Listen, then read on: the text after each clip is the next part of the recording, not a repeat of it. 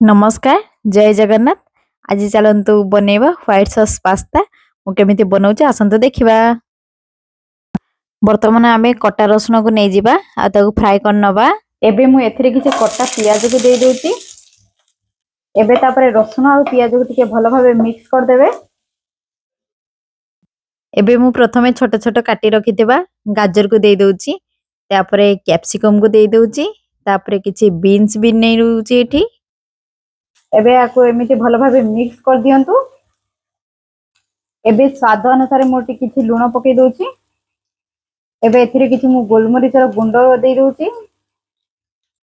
एबे आको low flame रे 5 ରୁ 6 मिनिट जाय भाजी नेबे।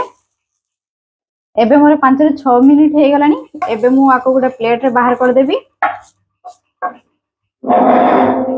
एबे मु सेई सेम करी रे किछि बटर दे दोछि।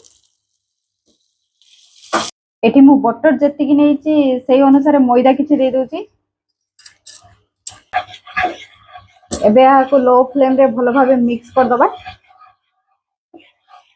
एबे आको 3 ରୁ 4 मिनिट जाय मिक्स करि चलिबे जेमिति यार गुटे भलो कलर न आछि।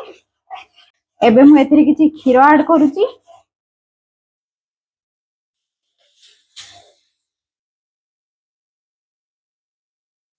एमिति क्रीमी टाइप रे हे गला परे एथिरे मु एबे किछि चीज ऐड करूछि।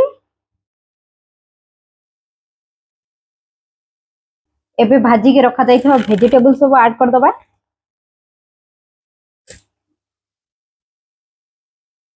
एबे सिझे के रखिथवा पास्ता को मु दे दोछि। एबे याको भलो भाबे मिक्स कर नियंतु। एबे 3 ରୁ 4 मिनिट याको भलो भाबे मिक्स कर सल्ला परे एबे मोर व्हाइट सॉस पास्ता पूरा रेडी हे गला।